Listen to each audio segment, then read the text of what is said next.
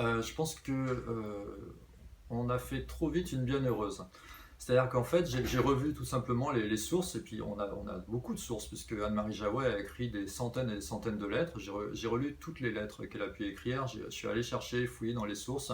Et d'abord, il y a un premier problème, c'est qu'en fait, on a souvent dit qu'elle avait récupéré des esclaves et puis qu'elle les avait affranchis.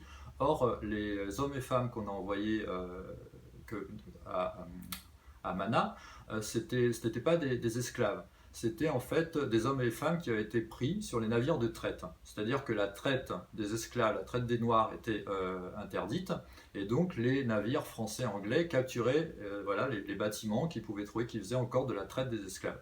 Et il y en a beaucoup qui venaient encore en Guyane. Et voilà, donc ils capturaient ces navires.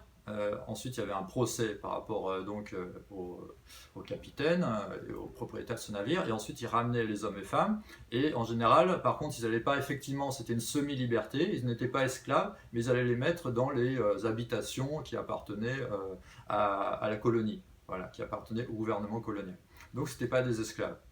Et ensuite, c'est eux, en fait, ils ont été 500 qui ont été envoyés à Anne-Marie Jaouet. Et ils sont restés là-bas quelques années. Et ensuite, effectivement, ils ont été totalement libérés, mais libérés d'un engagement. Ils étaient considérés comme des engagés. Donc c'est vraiment, c'est très C'est vrai. différent. Ce n'étaient pas des esclaves. Et par contre, et c'est là que ça m'a beaucoup étonné par rapport à tout ce qu'on a raconté sur Anne-Marie Jaouet, c'est que Anne-Marie Jaouet a acheté des esclaves.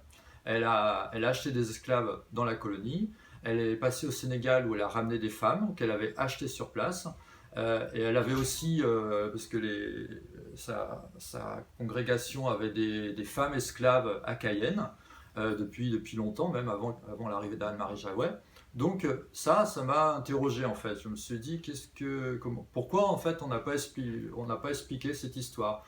Et je me suis aperçu aussi que Anne-Marie Jaouet n'était pas du tout abolitionniste. Elle écrit dans ses lettres, elle n'a jamais pris position. Au contraire de d'autres personnes à l'époque, voilà, en Guyane, on a eu quelques-uns, et sinon on a tout le courant des abolitionnistes français. Anne-Marie Jaouet n'a jamais pris position contre l'esclave. Elle était, en fait, voilà, elle est exactement comme les planteurs de la colonie. C'est-à-dire qu'elle ne voulait pas entendre parler de la liberté des esclaves, et puis tout simplement justement parce qu'il fallait d'abord qu'ils soient évangélisés, et puis elle pensait qu'ils étaient incapables de se débrouiller seuls. Et la seule chose, en fait, voilà, j'ai essayé de comprendre pourquoi on a parlé d'Anne-Marie Jaouet dans ces termes, parce qu'effectivement, on a expliqué que les planteurs la détestaient, et c'est vrai. Par contre, ils la détestaient pas, et c'est là qu'on s'est trompé sur le fait qu'elle était abolitionniste. Ils la détestaient parce qu'en fait, elle a quand même apporté quelque chose de différent, c'est-à-dire qu'elle a essayé d'imaginer un système où on n'allait pas seulement faire des denrées coloniales. C'est-à-dire qu'elle a dit aux hommes qui vivaient à Mana, vous pouvez faire autre chose que du sucre, que du café, il faut d'abord faire des cultures vivrières. Et ça, les planteurs l'ont détesté à cause de ça. Pas du tout à cause d'une idéologie abolitionniste qu'elle aurait pu avoir, puisqu'elle ne l'était pas et qu'elle avait des esclaves. Par contre, par le fait qu'elle remettait en cause l'un des fondements de la société coloniale, la société de plantation, c'est-à-dire qu'elle remettait en cause le fait qu'il fallait produire que des denrées pour les exporter vers la métropole.